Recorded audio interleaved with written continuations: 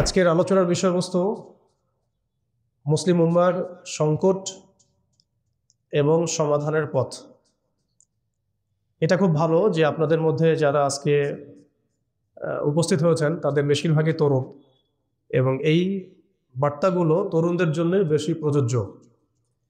তার মানে এই নয় যে বয়স্ক মুরব্বীদের জন্য এই বক্তব্য নয়, ব্যাপারটা এমন নয়।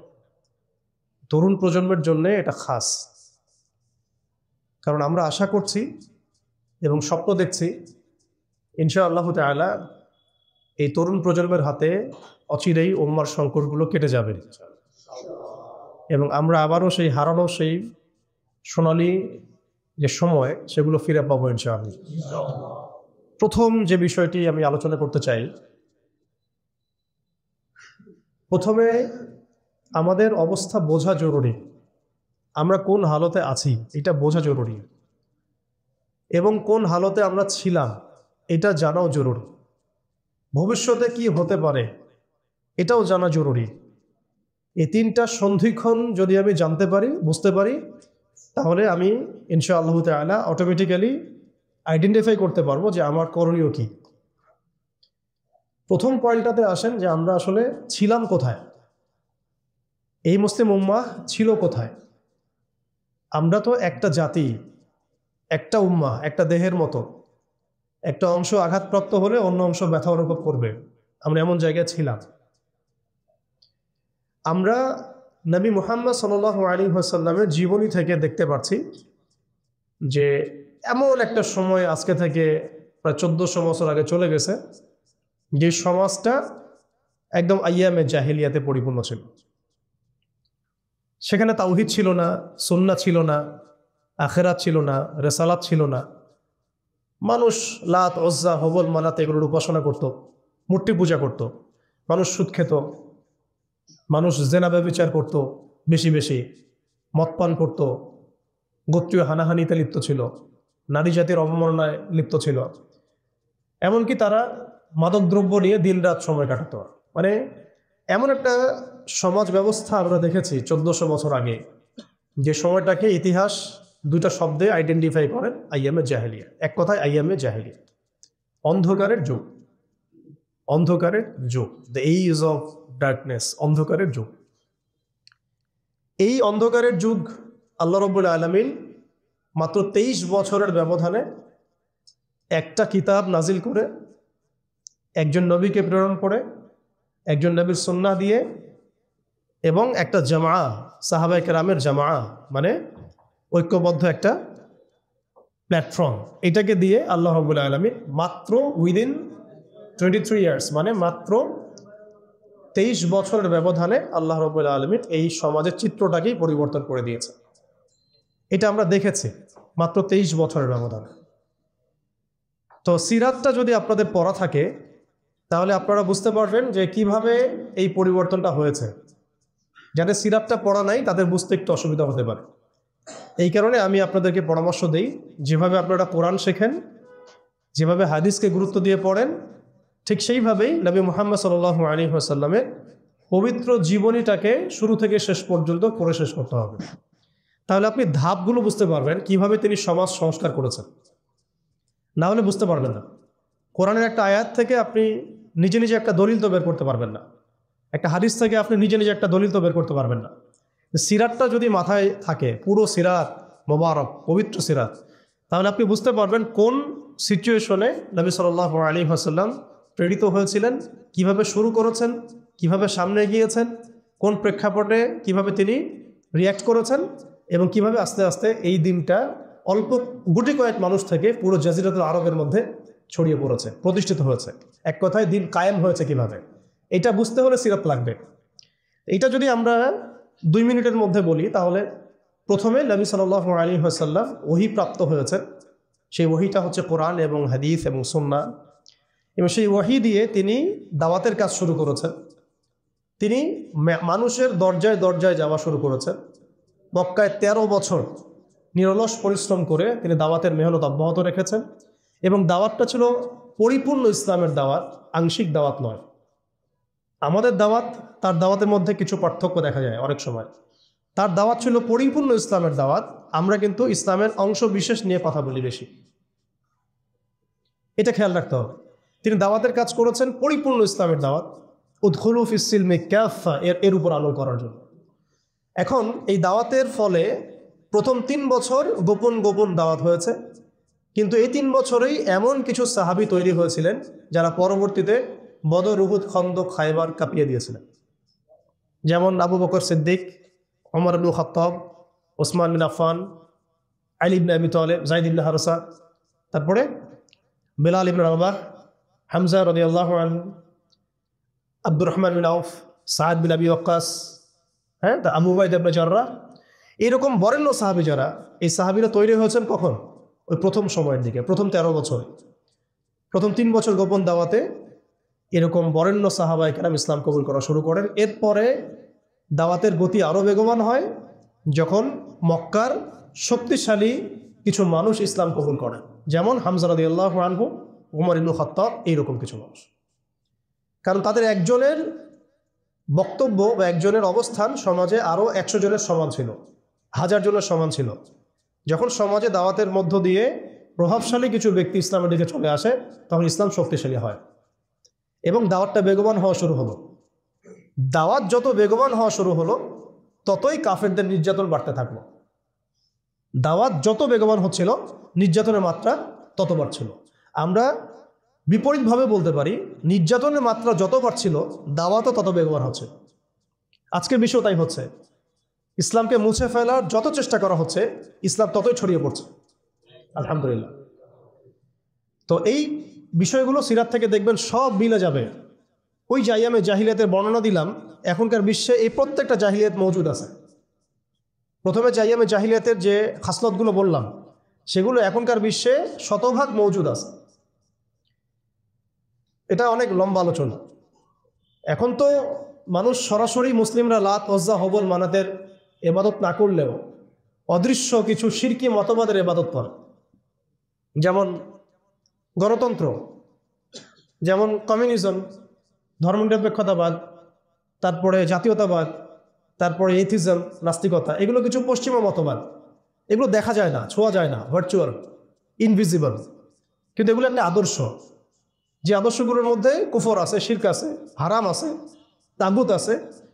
সরাসরি মূর্তির সামনে সেজদা না করলেও অবচেতনভাবে মুসলিমরা আজকে এই মতবাদগুলোর পূজা করতেছে। এটাও শিরকের মধ্যেই পড়ছে, আংশিক হইলেও। কোনো কোনো ক্ষেত্রে যদি আকীদা ঠিক না থাকে, তাহলে পরিপূর্ণ শিরক হবে। এখন কথা হচ্ছে, এটা গেল মুসলমানদের অবস্থা। অমুসলিমরা তো মূর্তি পূজা করছেই। বিশ্বের বেশিরভাগ মানুষ এখন দেখা যাচ্ছে খ্রিস্টান ধর্মাবলম্বী, যারা ঈসা আলাইহিস সালামকে আল্লাহর পুত্র সাব্যস্ত করছে, নাউযুবিল্লাহি মিন যালিক। ইহুদিরা ওজাইর আলাইহিস সালামকে আল্লাহর পুত্র সাব্যস্ত করছে। আর মালউন যারা, মালউন মুশরিক, তারা কি করছে এটা তো আপনারা দেখতেই পাচ্ছেন। তারা লক্ষ কোটি দেবতা পূজা করছে, প্রকৃতি পূজা করছে। এর বাইরে আবার নতুন মতবাদ আসছে এখনকার বিশ্বে, নাস্তিকতা, যেটা এত এত উঁচু স্তরে ছিল না বিশ্বে কখনো। এই নাস্তিকতা দিন দিন এটা বাড়ছে আর বাড়ছে, বাড়ছে আর বাড়ছে। মানুষকে আল্লাহ দাসত্ব থেকে বের করে অন্য কোনো সত্তার দাসত্বের দিকে তারা নিয়ে যাওয়ার চেষ্টা করছে নাস্তিকতার আদলে। পরে দেখবেন, সামনে দেখবেন সেই সত্তা মাসিহুদ দাজ্জালের রূপে আত্মপ্রকাশ করবে ইনশাআল্লাহ তাআলা। এটাও সামনে হবে। এখন যাই হোক, ওই জাহালাতগুলো এখন দূর হয় নাই, বরং বহু উঁচু স্তরে এটা সমাজে ছড়িয়ে পড়েছে আরো। কারণ সেই স্বর্ণযুগ থেকে আমরা বের হয়ে আসছি, সেই স্বর্ণযুগ আমাদের এখন তো নাই। এখন ওই যে সুদ, এই সুদ এখন হয়েছে বিশ্ব ব্যবস্থার সুদভিত্তিক ব্যাংকিং সিস্টেমে। একই সুদ, বরং তার চেয়ে ভয়াবহ। 90% মুসলিম সুদের সাথে সম্পৃক্ত, অলমোস্ট।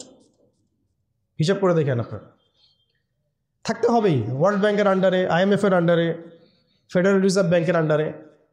আর এই ব্যাংকগুলো বেসিক্যালি পশ্চিমাদের স্বার্থে তৈরি করা হয়েছে এবং এরাই ইসরায়েলকে টিকিয়ে রেখেছে। ইসরায়েলকে কিন্তু শুধুমাত্র আপনার সামরিক শক্তি দিয়ে টিকিয়ে রাখা হয় না, এদেরকে অর্থনৈতিক শক্তি দিয়ে টিকিয়ে রাখা হয়েছে। এবং এই শক্তিগুলো হাসিল করছে তারা এই ওয়ার্ল্ড ব্যাংক থেকে, IMF থেকে, আর খাস করে ফেডারেল রিজার্ভ ব্যাংক থেকে, যেটা 1800 শতকের শুরুর দিকে তারা চালু করেছিল।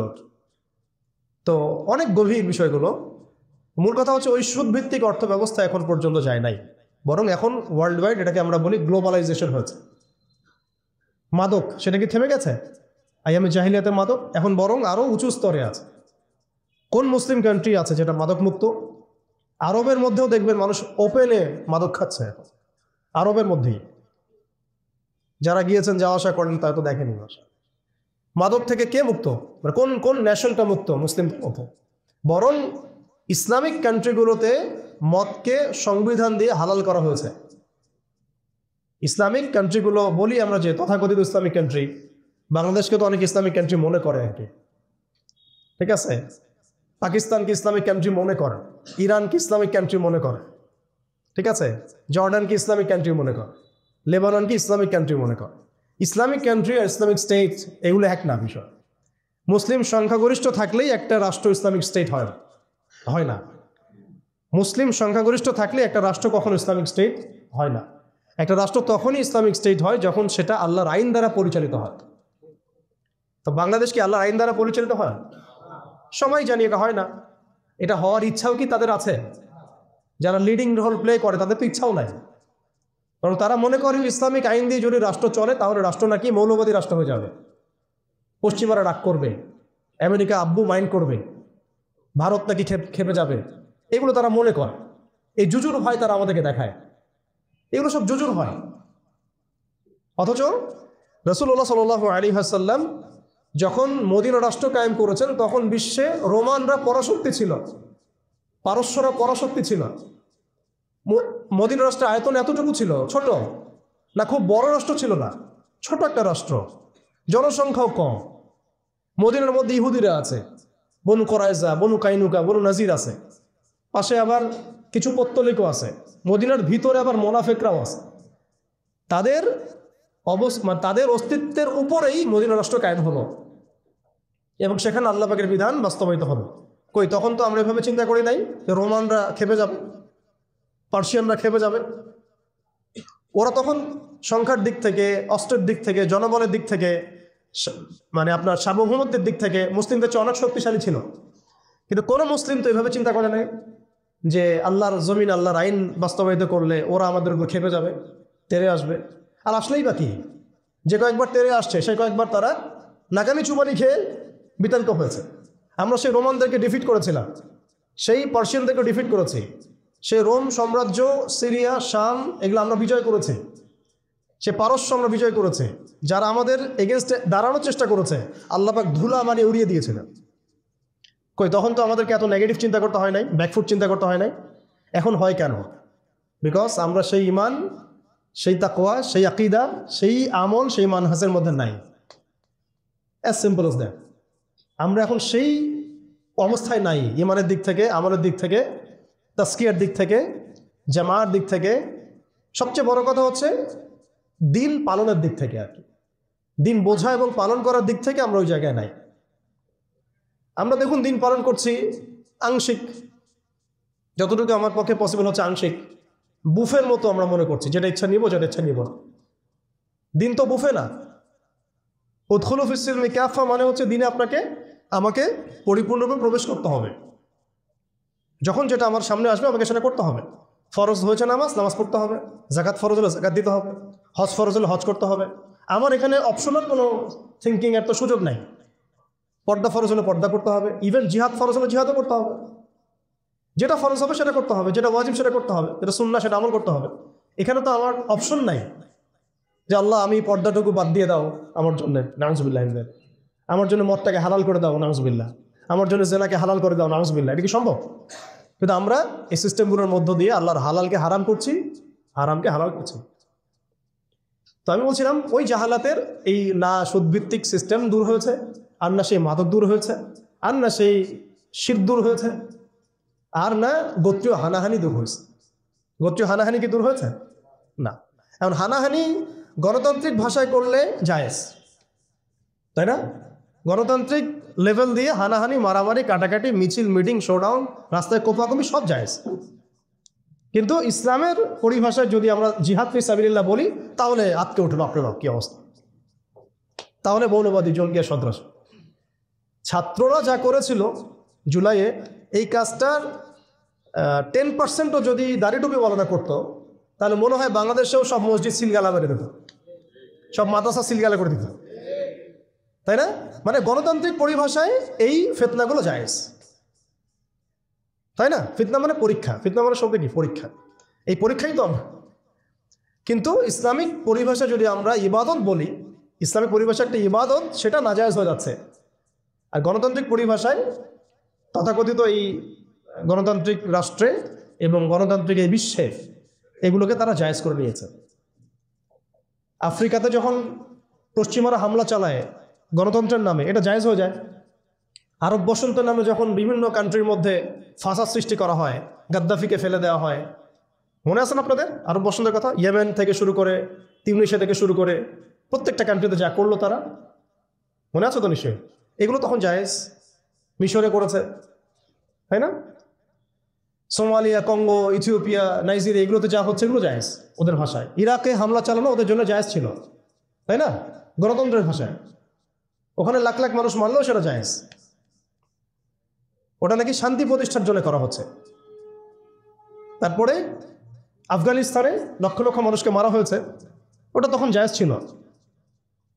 কাশ্মীরে আজকে মানুষকে মারা হচ্ছে, এটা ওদের কাছে জায়েজ হয়ে গেছে। আর কোথাও এক্সাম্পল দিবেন, চায়নার মধ্যে মারা হচ্ছে উইঘুরদেরকে, আরাকানে মারা হয়েছে, তারপরে ইয়েমেনে তো মারা হচ্ছেই সেই 15 সাল থেকেই, জর্ডানে হয়েছে, লেবাননে হয়েছে, খাস করে প্যালেস্টাইনে, খাস করে কোথায়? প্যালেস্টাইনে, গাজায়। এগুলো তারা গণতন্ত্র প্রতিষ্ঠার নামে এগুলো করলে সেগুলো জায়েজ। এবং এখানে দেখবেন 100%ই মুসলিমদের রক্ত ঝরছে, কোনো অমুসলিমের রক্ত কিন্তু ঝরছে না। তো এগুলো তাহলে এই তন্ত্রমন্ত্রগুলোকে আমরা বলি এখনকার জামানার দেবতা, যেগুলোর পূজা ওরা করতেছে। ওই জামানায় যেমন লাত, উজ্জা, হবল, মানাতের ইবাদত হতো, এখন ঠিক এই তন্ত্রমন্ত্রগুলো ইবাদত, দাসত্ব, পূজা হচ্ছে, এবং সেগুলো আমাদেরকে গেলানো হচ্ছে। আমরা যেন এগুলো হজম করি, গিলি, অথচ এগুলো আমাদেরকে ধ্বংস করার জন্যই তারা সৃষ্টি করেছিল। আমাদের চোখ এখনও সবার খোলে নাই। এই সিস্টেমগুলো আমাদেরকে কখনোই সেই হারানো ঐতিহ্য ফিরাই দিবে না। এই সিস্টেমগুলোর মধ্য দিয়েও কখনো ইসলাম কায়েম করা সম্ভব না। আপনারা আরও 100 বছর ট্রাই করেন, 100 বছর পরে হলেও বুঝবেন। যদি হতো 100 বছর আগেই হইতো। আরও 100 বছর ট্রাই করেন, তারপরেও যদি আক্কেল হয়। এই সিস্টেমগুলো তৈরি করা হয়েছে আমাদেরকে ওদের দাস বানানোর জন্য।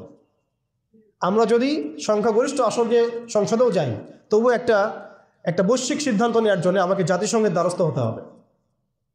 ও যদি আমাকে পারমিশন দেয় তাহলে আপনি করতে পারবেন, না দিলে করতে পারবেন না।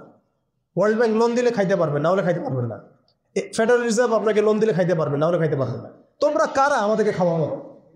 তোমরা কারা? তোমাদের কাছে কিসের পারমিশনের দরকার আছে আমাদের? রোমানদের কাছে কি নবী সাল্লাল্লাহু আলাইহি ওয়াসাল্লাম পারমিশন চাইছিলেন নাকি? পার্সিয়ানদের কাছে ওই যুগে তিনি পারমিশন চাইছেন নাকি? আমাদের স্টেট, আমাদের জমি, আমাদের দিন, আমাদের রাষ্ট্র, তুমি কি আমাদেরকে এগুলো বলার? তোমাদেরকে কে অথরিটি দিছে সারা বিশ্বের মোড়লগিরি করতে? কে তোমাকে বলছে যে আমেরিকা হচ্ছে এই পৃথিবীর মানে রুলিং স্টেট? এই আইডেন্টিটি তোমাকে কে দিছে? সেই বিশ্বকে শাসন করবে, এই অধিকার তাকে কে দিছে? ইসরায়েল এই বিশ্বকে শাসন করবে, এই অধিকার ওকে কে দিছে? কে দিছে এই অধিকার ওদের? সে যেখানে ইচ্ছা তারা মুসলিমদেরকে মারবে, যেখানে ইচ্ছা আমাদের পণ্যগুলো তারা ধ্বংস করবে, আমাদের মাদেরকে ধর্ষণ করবে, বোনদেরকে রেপ করবে, আমাদের বাচ্চাদেরকে বোম মারবে, হাসপাতালে বোম মারবে। এবং এগুলো সব কিছু অপরাধ করার পরেও তাদের সামান্য ন্যূনতম সাফাইটুকু থাকবে না যে আমরা একটা অন্যায় করছি। বরং তারা উল্টা বলবে আমরা হিউম্যানিটি, গণতন্ত্র এবং শান্তি প্রতিষ্ঠার জন্য কাজগুলো করছে। এরপরে আমাদের চোখ খুলে না যে এই বিশ্বের মধ্যে আমাদের শত্রু কারা।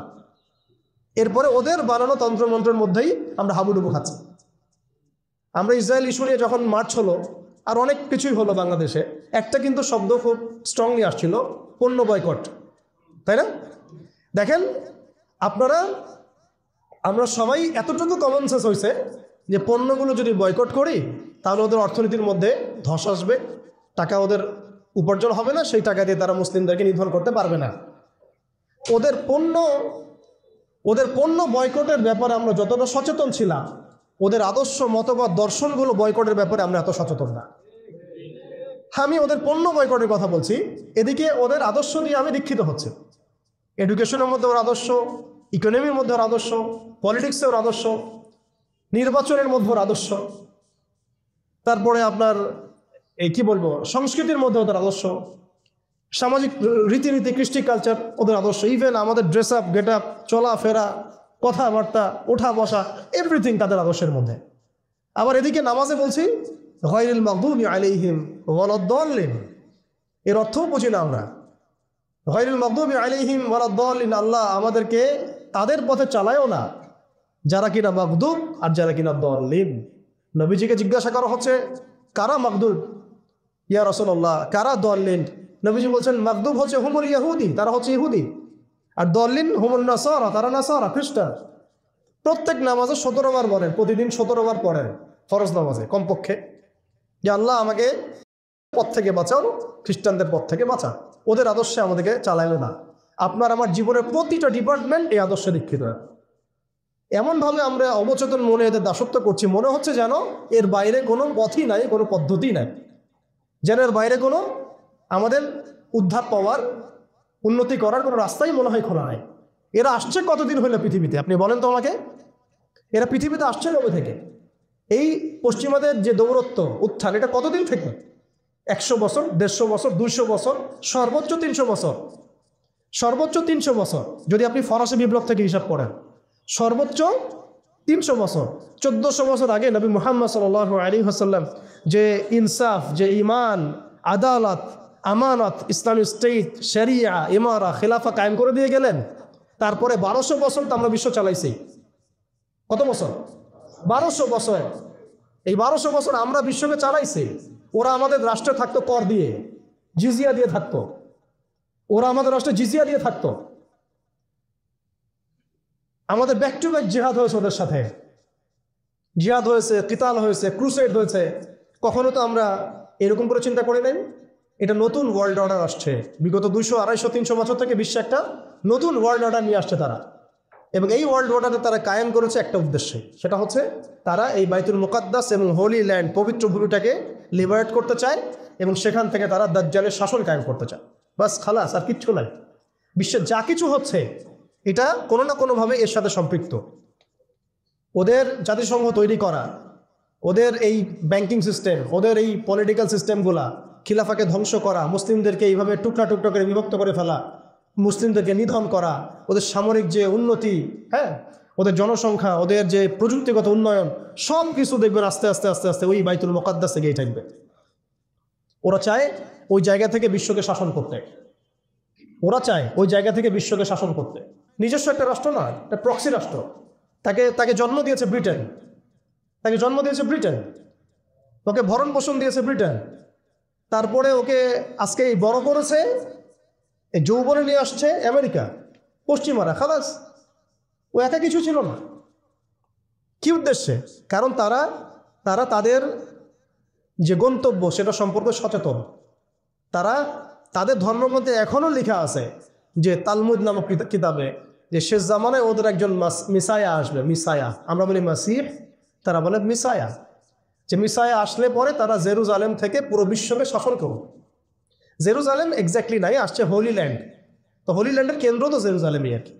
সেই হিসাবে বললাম হোলি ল্যান্ডটা কি মিশরের নীলনদ থেকে ইরাকের ইউফ্রেটিস নদী পর্যন্ত, মিশর থেকে ইরাক, এই পুরো জায়গাটা ওরা উন্মুক্ত করতে চায়। করতেছে কিনা? করতেছে কিনা?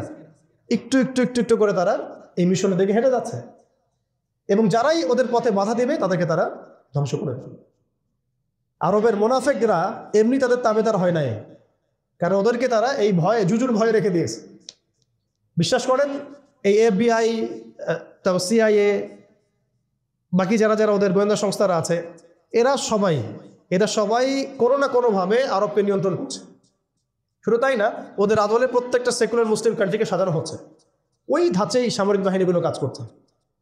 তাদের মিশন আমরা সার্ভ করতেছি, তাদের মিশন মুসলিমরা সার্ভ করতেছে। ওদের ওয়ার্ল্ড ব্যাংক, IMF কিছুই করতে পারতো না যদি আরবরা তাদেরকে তেল না দিত।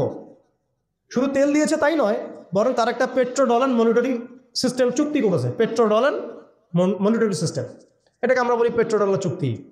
এই চুক্তি ডলারকে বিশ্বের মানে লিডিং কারেন্সি বানাইছে। ডলারের কি মূল্য আছে যে আমাকে এত টাকা দিয়ে $1 কিনতে হবে? এটার পিছনে আছে পেট্রো ডলারের ইতিহাস। এই কারণে আজকে ডলার সারা বিশ্বকে ডমিনেট করতেছে। আপনি ডলারের বাইরে চিন্তাই করতে পারবেন না। ওয়ার্ল্ডে মাত্র 3টা কান্ট্রি আছে যে 3টা কান্ট্রি ওদের এই সিস্টেমের বাইরে থাকে।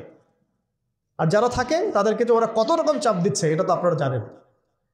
আশ্চর্যের বিষয় হচ্ছে ওই 3টা মাত্র কান্ট্রির মধ্যে কোনো মুসলিম কান্ট্রি নাই ইরান ছাড়া। যদি ইরানকে আমরা প্রপারলি ইসলামিক কান্ট্রি বলি না, কিন্তু ওই ইরানই ওদের বাইরে আছে। কিন্তু আরবের যারা সুন্নি কান্ট্রি তারা কেউ ওখানে নাই। মানে আরবের সুন্নি কান্ট্রিরা তারা ওই চুক্তির ভিতরে আছে, ইরান শিয়া তারা চুক্তির বাইরে আছে। তাহলে আমরা কোথায় শিক্ষা নিলাম? আমি এখানে ইরানের প্রশংসা করছি না, ইরানের কাছে আশা করার কিছু নাই।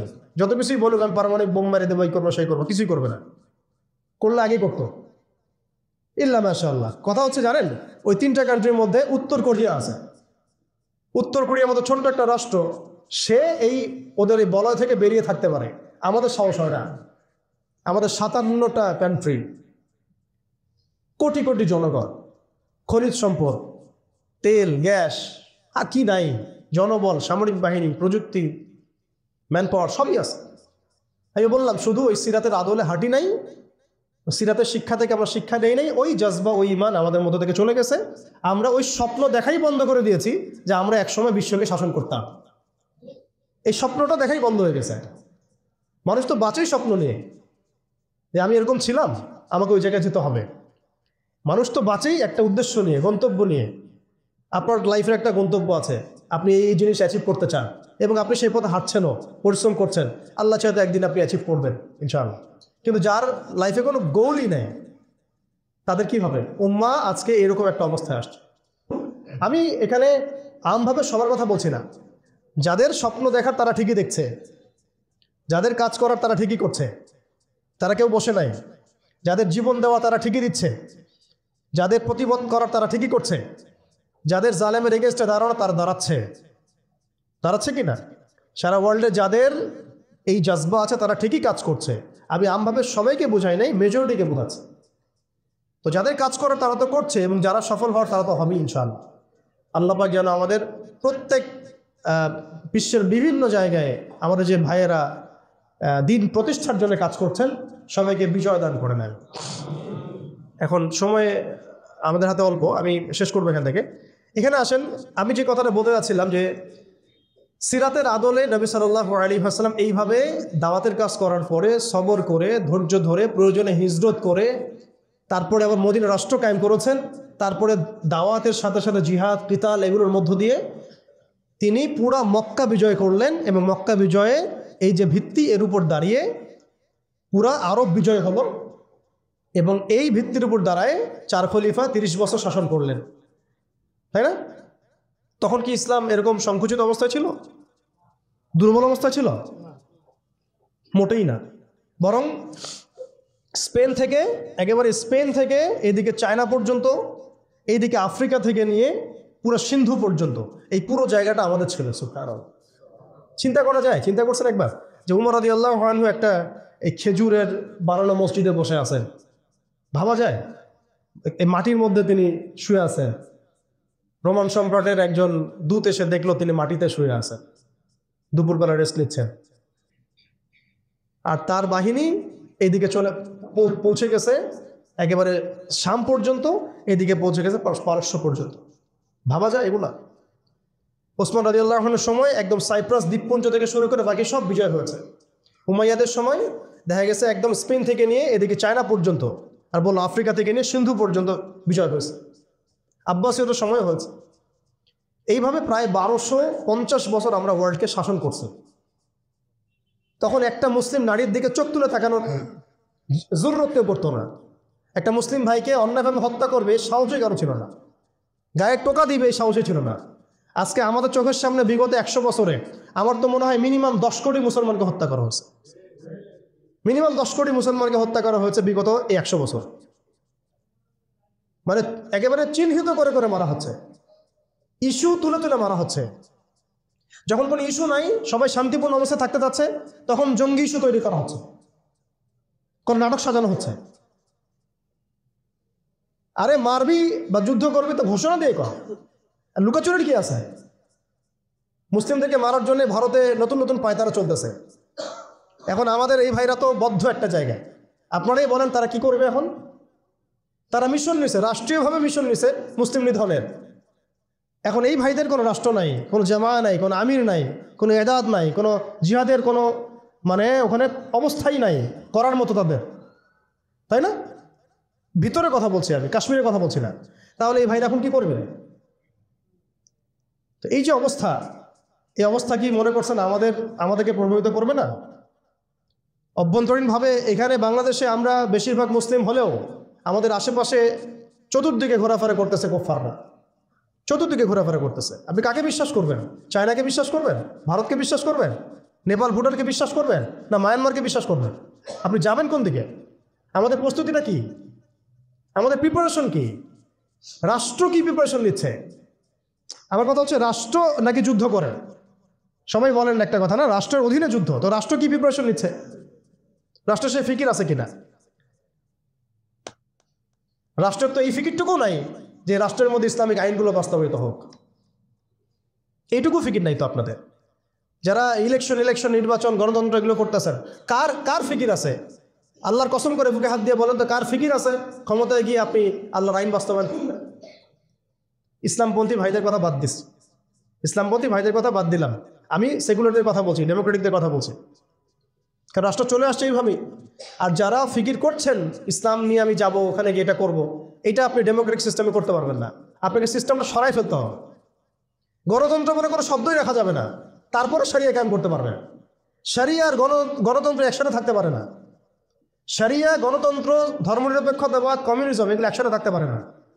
একটা বোতল, এর মধ্যে আছে আপনার বিষ, এখানে আপনি দুধ খেতে পারবেন না। একটা বোতল, এখানে আছে বিষ, আপনি এটাকে 1000 বার ধুইতে হবে, ধোয়ার পরে আপনি দুধ ঢালতে পারবেন, খাওয়ার রিস্ক নিতে পারবেন, তাও খাবেন কিনা সন্দেহ আছে। আর এগুলো তো হচ্ছে মারাত্মক শিরকের বিষ। এগুলো পশ্চিমাদের দাসত্ব করাবে আপনাকে। আমাদের হচ্ছে বড় কান্ট্রি আছে একটা তুরস্ক, একটা ইসলামিক ল বাস্তবায়ন করছে কিনা দেখায়। বড় একটা কান্ট্রি আছে মিশর, দেখায় না আমাকে একটা ইসলামিক ল বাস্তবায়ন করতে পারছে কিনা। তিউনিসিয়া পারছে কিনা, আজারবাইজান পারছে কিনা, মরক্কো পারছে কিনা, ইথিওপিয়া পারছে কিনা? আপনারা বলেন পারছে কি? ইয়েমেন পারছে কিনা, জর্ডান পারছে কিনা, লেবানন পারছে কিনা? পারে নাই। আফগানিস্তান পারছে কেন? আফগানিস্তান পারছে কেন? কারণ তারা সিস্টেমগুলোকে সরাই দিছে। সিরাতের আদলে, সিরাতের রক্তে ওরা জমিনকে পবিত্র করে ফেলছে। সিরাতের আদলে জিহাদের মাধ্যমে রক্ত দিয়ে পশ্চিমাদেরকে বিতাড়িত করে ওরা জমিনকে পবিত্র করে শরিয়া কায়েম করছে। এটাই শরিয়া কায়েম করার রাস্তা, আর কোনো রাস্তা নাই।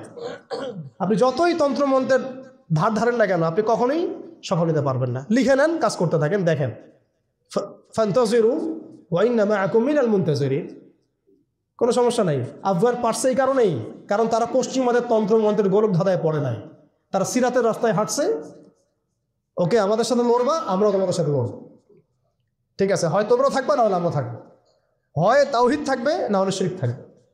হয় শরিয়া থাকবে, না হলে তোমাদের তন্ত্রমন্ত্র থাকবে। এই লড়াই যখন হইতে হইতে হইতে এক পর্যায়ে 20 বছর সময় লাগলেও সেটা আজকে বাস্তবায়ন হয়েছে। যেটা আপনার আমার অঞ্চলে 100 বছরও হয় নাই, 50 বছরও হয় নাই। এরপরেও আল্লাহ পাক আমাদেরকে চোখের সামনে কিন্তু মিসাল দেখাই দিয়েছেন। তারপরেও আমাদের মধ্যে বোধোদয় হচ্ছে না, আমরা বুঝতে পারছি না যে কোন পথে হাঁটবো। দেশের যত সমস্যা দেখবেন, মিডিয়া যান, মিডিয়ায় গেলে মনে হবে দেশের সমস্ত সমস্যার হালত এবং সমাধান হচ্ছে একটা বিষয়, মিডিয়ার ভাষায়। মিডিয়ায় ঢোকেন, দেখেন কি হচ্ছে, অনেক প্রবলেম দেশের মধ্যে, সংস্কার এইটা সেটা অনেক কিছু হচ্ছে। ভাবখানা এমন যে সব কিছু থেকে উদ্ধার করবে আমাকে একটা শব্দ, তার নাম নির্বাচন। তার নাম মানে নির্বাচন হলেই সব সমাধান হয়ে যাবে, বাস খালাস। এটা আমাদের আকীদা, আমাদের চিন্তা এরকম ভাই। একটা মুদির দোকানদারকে জিজ্ঞাসা করেন, সেও এই কথাই বলবে। আবার বুদ্ধিজীবীকে জিজ্ঞাসা করেন, সেও এই কথাই বলতেছে। টকশোতে বসে সেও এই কথা বলতেছে। এমপিকে বলেন, সেও এই কথা বলতেছে। মানে পুরো অবচেতন দাসত্ব, অবচেতন ইবাদত। দেখেন আমাদের অবচেতন মনে আমরা ইবাদত করে ফেলছি গণতন্ত্রের, পশ্চিমাদের, ওদের তন্ত্রমন্ত্রগুলোর। ইলেকশন দিলে সব সমাধান হয়ে যাবে? কোন পদ্ধতিতে আপনি দিবেন? দেওয়ার পরে কি হবে? মূলনীতি কি থাকবে? সংবিধান কি থাকবে? সংস্কারগুলো কি কি হবে? আপনি কি আল্লাহর জমিন, আল্লাহর দিন কায়েমের দিকে আসবেন কিনা? এখানে তো অনেক কথা আছে, এগুলোকে সলিউশন না করে XYZ যেই আসুক আপনি আমাকে বসায় দিন, আমি কিছুই করতে পারবো না। সিম্পল, আমাকে বসায় দেন, আমি কিছুই করতে পারবো না। আপনি সবচেয়ে পরহেজগার মানুষটাকে বসায় দেন, সেও কিছু করতে পারবে না, কারণ সিস্টেমটাই তাকে করতে দিবে না। এই জিনিসগুলো আমাদের বোঝা উচিত। উম্মার সংকটগুলো এভাবে আমাদের আইডেন্টিফাই করতে হবে। যে অনেক লম্বা হয়ে যাচ্ছে, হয়তো আমি শেষ করে দিই এখন।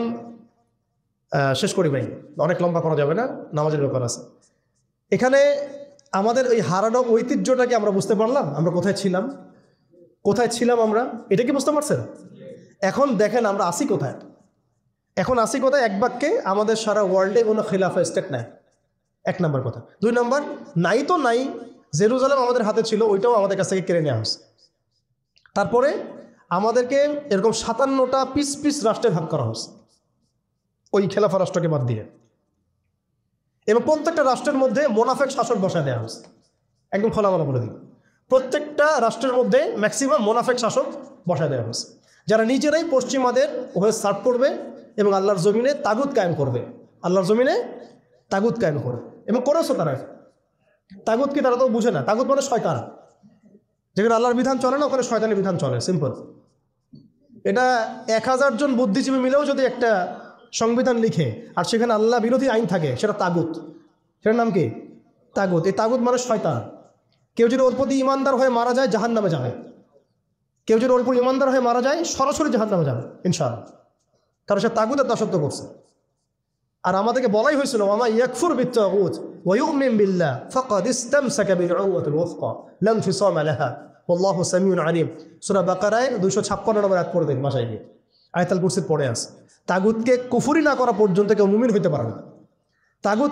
তাগুতের সাথে কুফরি না করা পর্যন্ত কেউ মুমিন হইতে পারবে না, এটাই বাস্তব।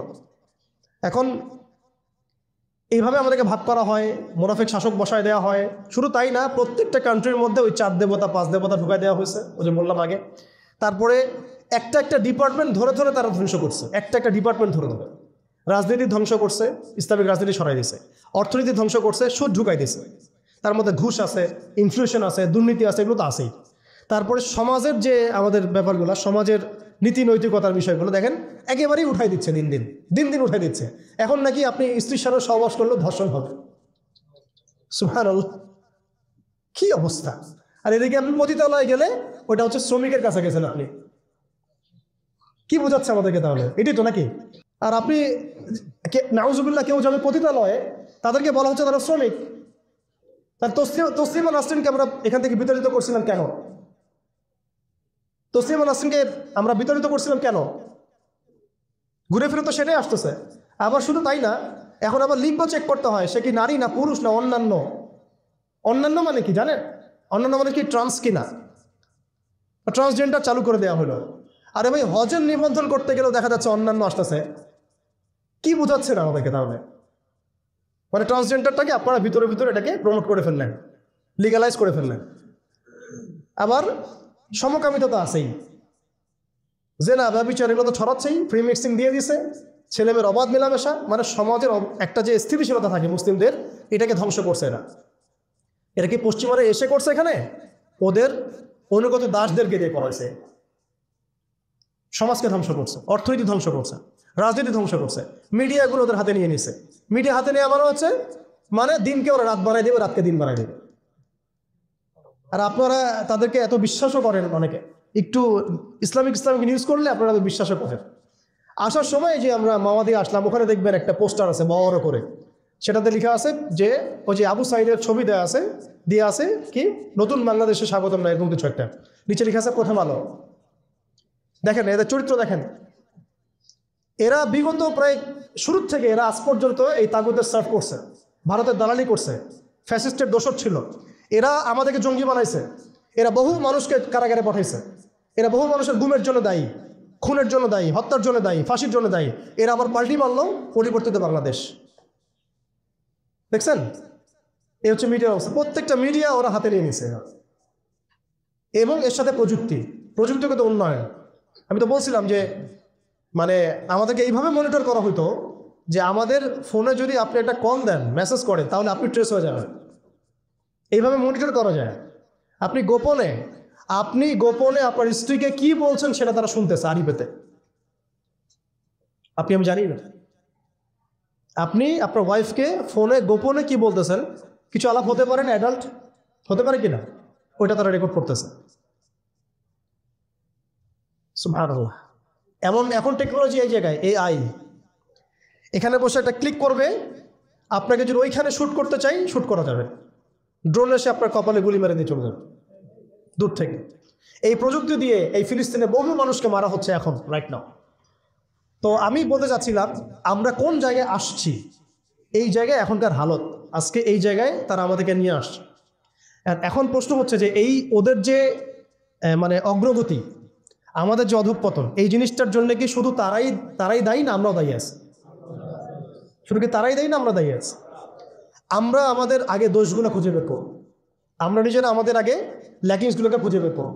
আপনি দেখবেন খুঁজতে থাকেন, প্রথম ল্যাকিংস পাবেন আপনি আমি, বেশিরভাগ মানুষই জীবনের মৌলিক উদ্দেশ্য থেকে সরে গেছে। আমরা দুনিয়াদার হয়ে গেছি ভাই। আমরা এই দুনিয়াতে এইভাবে থাকার জন্য আসি নাই। আল্লাহ পাক আমাদেরকে পাঠাইছেন এই দুনিয়াতে দুইটা কাজ দিয়ে, একটা হচ্ছে আল্লাহর ইবাদত করতে হবে এবং তার জমিনে দিন কায়েম করতে হবে। এখানে আমি অন্য কোনো উদ্দেশ্য আসি নাই, আমরা মুসাফির এখানে সবাই।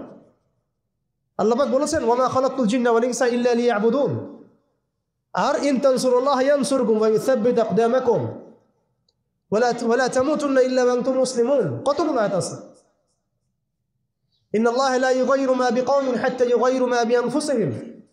আয়াতের পর আয়াত বলা যাবে আমাদেরকে এই দুনিয়াতে পাঠানো হয়েছে দুইটা কাজ, আমাদেরকে আল্লাহর ইবাদত করতে হবে এবং আল্লাহর জমিনে তার দিন কায়েম করতে হবে। এটা আমাদের কাজ, বাকি সব কিছু গৌণ, এগুলো মুখ্য কাজ, মেইন। এবং আমাদেরকে দিন দেওয়া হয়েছে কেন? হুয়াল্লাযী আরসালা রাসূলাহু বিল হুদা ওয়া দীনিল হক লিইয়ুযহিরাহু আলা দীনি কুল্লি। এই দিনটা আল্লাহ পাক দিয়েছেন এই কারণেই যাতে এই দিন অন্য সমস্ত দিনের উপর জয়লাভ করে। তো জয়লাভ কখন করবে? যখন আমরা ফিকির করবো তখন। এটা কি আবরাহার যুগ যে আবাবিল পাখি এসে পাথর ছুড়বে? বলেন, এখন পাথর আপনাকে আমাকে ছুটতে হবে, এটা তো আবরাহার যুগ না। নবী সাল্লাল্লাহু আলাইহি ওয়াসাল্লাম শুধু দোয়া দিয়েই কি সব হয়েছে? দোয়ার সাথে চেষ্টা করেন নাই তিনি? এমনকি বদর যুদ্ধের দিনও তিনি কূপ দখল করলেন, ভালো জায়গাটাতে শিবির গাড়লেন, সৈন্য বিন্যাস করলেন, সব কিছু যখন ঠিকঠাক মতো হয়ে গেল তারপরে বৃষ্টি আসলো আল্লাহর পক্ষ থেকে, তিনি দোয়া করা শুরু করলেন। এই দোয়ায় আল্লাহ পাক ফেরেশতা নাজিল করলেন। তাহলে কি আমাদের কাছে একমুখী না সব কিছু করতে হবে? এখন আমাদেরকে এই ল্যাকিংসগুলোকে খুঁজে বের করতে হবে। আমাদের ল্যাকিংস কোথায়? এই ইমানের দুর্বলতা, জীবনের উদ্দেশ্যে দুর্বলতা, আমরা দুনিয়াদার হয়ে গেছি, ভোগবিলাসী হয়ে গেছি, আমরা আমাদের ঐতিহ্য ভুলে গেছি, আমাদের শেকড় ভুলে গেছি, আমাদের ঘাটতি হয়ে গেছে, হারাম ঘোর হয়ে গেছি, আমরা জেনাকার হয়ে গেছি, আমরা ফ্রি মিক্সিং করতেছি, পরকীয়া করতেছি, ঘুষ খাচ্ছি, দুর্নীতি করতেছি, সুদ খাচ্ছি, আমরা করতেছি এগুলো পশ্চিমারা করতেছে না। আমাদের ল্যাকিংসগুলোকে আমাদেরকে দূর করতে হবে। ইলমের ঘাটতি হচ্ছে, আমলের ঘাটতি হচ্ছে, আলেমদের সাথে সোহবত নাই, তাসকিয়া নাই, পড়াশোনা নাই। কি করতেছি ভাই আমরা? আসলে কি জন্য আসছি আর কি করতেছি? এইখান থেকে ভবিষ্যৎটা হচ্ছে এই যে ইনশাআল্লাহ এই দিন বিজয় লাভ করবেই। আজকার কাল হোক, আল্লাহ পাক এমন জামা, এমন ইমারা, এমন আল্লাহর সেনাবাহিনী তৈরি করবেন যারা আস্তে আস্তে আস্তে আস্তে বাইতুল মুকাদ্দাস পর্যন্ত জয় করবে। এটা লেখা হয়ে গেছে। ইমামুল মাহদী আসবেন, লেখা হয়ে গেছে, এবং তার অনুসারী তৈরি হয়ে যাবে, লেখা হয়ে গেছে। দাজ্জালের বাহিনীও তৈরি হবে, এটাও লেখা হয়ে গেছে। দাজ্জাল তার অনুসারী ইহুদিদেরকে নিয়ে এই বিশ্বকে 40 দিন শাসন করবে, এটাও লেখা হয়ে গেছে। এবং তারপরে ঈসা আলাইহিস সালাম তাকে হত্যা করবেন প্যালেস্টাইনের বাবে লুদ নামক জায়গায়, এটাও লেখা হয়ে গেছে। মহাযুদ্ধ মালহামা আসবে, এটাও লেখা হয়ে গেছে। এর কথা হচ্ছে এগুলো যেহেতু হবেই, লাউহে মাহফুজে লেখা হয়ে গেছে কুদিয়াল আমর, তাহলে আমাদেরকে তো আমাদের কাজগুলো এখন বের করে ফেলা উচিত। আমাদের কাজ কি করতে চান? আদৌ সেই বিজয় কাফেলে আমরা শরীক হতে চাই কি না? নাকি এইভাবেই আমরা দিন যাবে রাত যাবে, খাবো দাবো, ফুর্তি করবো আর মারা যাবো, এটাই কি আমাদের উদ্দেশ্য কিনা? আমাদেরকে আমাদের লক্ষ্য আগে ফিক্স করতে হবে। লক্ষ্য ফিক্স করতে হলে কয়েকটা কাজ মোটা থেকে বের হয়, আমি এক মিনিটে বলে শেষ করে দিচ্ছি। সেটা হচ্ছে ভাই, আমাদের সবাইকে আগে তওবা করে আল্লাহর দিকে ফিরে আসতে হবে, প্রথম কাজ এটা। কারণ নাপাক কলব দিয়ে, নাপাক হৃদয়ের মধ্যে আপনি কখনো দিনের ফিকিরগুলোকে ঢুকাতে পারবেন। কলবকে পবিত্র করতে হলে আমাকে আগে তওবা করে আল্লাহর দিকে ফিরতে হবে। আল্লাহর দিকে ফিরে আসেন, নিজের জীবনটাকে মূল্যায়ন করেন। আসেন আমরা সবাই মিলে একটা কাজ করি, অন্তত পক্ষে আমরা সবাই মিলে একটা চেষ্টা করি, ফলাফল আল্লাহর হাতে, আল্লাহর জমিনে আল্লাহর দিন কায়েম করা যায় কিনা চেষ্টা করে দেখি ইনশাআল্লাহ। এবং সেটা আমাদেরকে তো আল্লাহ পাক পুরো বিশ্বের জিম্মাদার করেন নাই, আমরা এই অঞ্চলে থাকি, এই অঞ্চলে অন্তত আমাদের চেষ্টা করা উচিত। অন্য অঞ্চলে তো ভাইরা চেষ্টা করছেই। আফগানের ভাইরা তো আমাদের জন্য পরোয়া করে বসে থাকে নাই, থাকছে? থাকে নাই। ওই আফ্রিকার ভাইরাও তো বসে নাই, এদিকে হামাসের ভাইরাও বসে নাই। কেউ কি বসে আছে? দেখেন, যাদের কাজ করা তারা কিন্তু ঠিকই করতেছে। আমাদের অঞ্চলের কনফ্লিক্টটা আপনি এড়াইতে পারবেন না। আমাদের অঞ্চলের কনফ্লিক্টটা হচ্ছে এই উগ্র হিন্দুত্ববাদীদের এগেনস্টে। এটা শাহজক আর কালোক আপনারা বুঝতে পারবেন। এর একটা বড় মিশন নিয়েছে, অখণ্ড ভারত তারা করতে চায়। এটা স্পষ্ট এজেন্ডা ওদের। এই এজেন্ডার মধ্যে বাংলাদেশ বাইরে না, বাংলাদেশ অন্তর্ভুক্ত আছে। আমাদেরকে প্রিপারেশন নিতে হবে, সব দিক থেকে প্রিপারেশন নিতে হবে। সবচেয়ে বড় প্রিপারেশন আল্লাহর দিকে ফিরে আসে, পরিপূর্ণ ইসলামে প্রবেশ করতে হবে। উদখুলু ফিস-সিলমি কাফা, একদম। আর ওই যে একটা প্রথমে বললাম, ইত্তাকুল্লাহ ইত্তাকুল্লাহ ওয়ালা তামুতুন্না ইল্লা ওয়া আনতুম মুসলিমুন, পরিপূর্ণ মুসলিম হয়ে যেতে হবে। আল্লাহর ভয় নিয়ে আসা, আল্লাহর কাছে আত্মসমর্পণ করা, পরিপূর্ণ মুসলিম হয়ে যাওয়া, আল্লাহর সব আদেশগুলো মানা, নিষেধগুলো ছেড়ে দেওয়া, নবীর সব আদেশ মেনে চলা, নবী যে নিষেধ করেছেন সেগুলো ছেড়ে দেওয়া সাল্লাল্লাহু আলাইহি ওয়াসাল্লাম।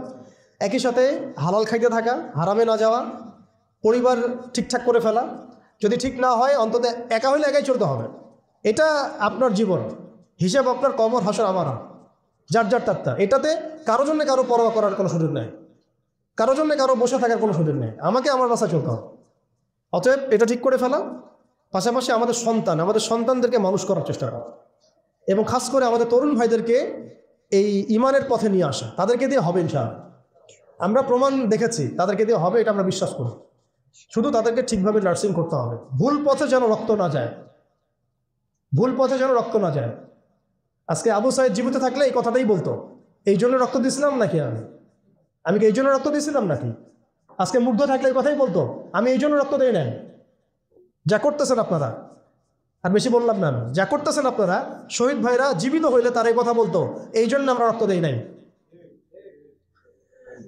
এখন আমাদের এই প্রজন্মের ভাইদেরকে বোঝাতে হবে, দাওয়াতের কাজ বাড়াতে হবে, ওলামা ইকরামের সহবত লাগবে, ইলম লাগবে, তারপরে তাসকিয়া লাগবে, আধ্যাত্মিকত্বের দরকার আছে, ব্যাপক পড়াশোনা করতে হবে, আমল বাড়াই দিতে হবে, এবং সময় নষ্ট করা যাবে না। এর পাশাপাশি আমাদের প্রয়োজন হবে একটা জামাআবদ্ধ হওয়া। প্রত্যেকটা জায়গায় তাওহীদপন্থী ভাইদেরকে জামাআবদ্ধ হয়ে যেতে হবে। বড় পরিসরে জামা হোক না হোক, ছোট ছোট জামাগুলো হয়ে যাক, ছোট ছোট জামাগুলো প্রত্যেকটা জায়গায় হয়ে যাক।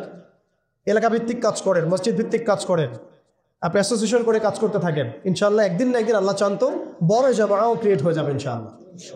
আমাদের লাগবে আমির, লাগবে মামুর, লাগবে সাম ওয়া তাআ, আমাদের লাগবে একটা চেইন অফ কমান্ড, এবং এদাত লাগবে, প্রস্তুতি লাগবে, শারীরিক প্রস্তুতি, মানসিক প্রস্তুতি, আত্মিক প্রস্তুতি। যখন সময় আসবে ইনশাআল্লাহ আমরা ঝাঁপাই করবো ইনশাআল্লাহ। এখন এখানে দাওয়াতের ক্ষেত্র চলতেছে, বাংলাদেশে এখন দাওয়াতের মেহনত বাড়াতে হবে, ব্যাপক দাওয়াতের কাজ করতে হবে। এখানে বাংলাদেশের অভ্যন্তরে সশস্ত্র যুদ্ধের কোনো এখানে মাসালা নাই, সুযোগ নাই।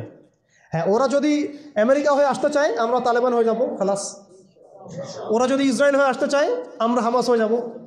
কিন্তু যদি এই অবস্থা না থাকে, শান্তিপূর্ণ অবস্থা, তাহলে আমাদের এখানে দাওয়াতের মেহনত বেগমান থাকতে হবে। এখন সে হালত চলতেছে, অতএব আমাদের সবাইকে দাওয়াতের কাজে আত্মনিয়োগ করতে হবে, এই যোগ্যতা তৈরি করতে হবে, এবং এলাকা ভিত্তিক জামা গঠন করে ফেলতে হবে। এবং সবচেয়ে বড় কথা, ইসলাম তো পালন করবই, এর পাশাপাশি অনইসলামিক যে কুফরি, আকিদা, শিরিক, বেদাত, এগুলো সম্পর্কে আমাদের জানতে হবে। সমস্ত হালাল হারাম আইডেন্টিফাই করতে হবে, এগুলো থেকে দূরে থাকতে হবে। এমন যেন না হয় যে আমি সঠিক পথেও চলতেছি আবার গলদ আকিদার মধ্যেও আছি, আমি ভালো কিছু নিয়াতে হাঁটছি আবার দিকে কবিরা গুনাহ করতেছি, এমন যেন না হয়। নিজেকে একেবারে আকিদা, আমল সব দিক থেকে পরিশুদ্ধ করে নেওয়া। আল্লাহ পাক আমাদের সবাইকে, খাস করে আমাদের তরুণ ভাইদেরকে, এবং যারা যারা আমরা এই বয়ান শুনলাম বা শুনছি বা শুনবো ইনশাআল্লাহ, সবাইকে আল্লাহ রাব্বুল আলামিন এই জমিনে দিন কায়েমের জন্য কবুল করে নেন। আল্লাহ পাক আমাদেরকে পরিপূর্ণ সত্য ঈমান দান করেন, একদম সাহাবীওয়ালা জিন্দেগি দান করেন, একদম হালালের মধ্যে থাকার তৌফিক দান করেন, সব ধরনের হারাম এবং কবিরা গুনাহ ছাড়ার তৌফিক দান করেন, সমস্ত রকম শিরিক, বেদাত এবং বিজাতীয় মতবাদ ছেড়ে দেওয়ার তৌফিক দান করেন। খাস করে আল্লাহ পাক আমাদের মধ্যে একটা ভ্রাতৃত্বের বন্ধন দান করেন। যারা যে ভাইরা দেশের মধ্যে কাজ করছেন সবার সাথে হৃদ্যতাপূর্ণ সম্পর্ক রাখার তৌফিক দান করেন, এবং আমাদেরকে একটা ঐক্যবদ্ধ প্ল্যাটফর্ম দান করেন।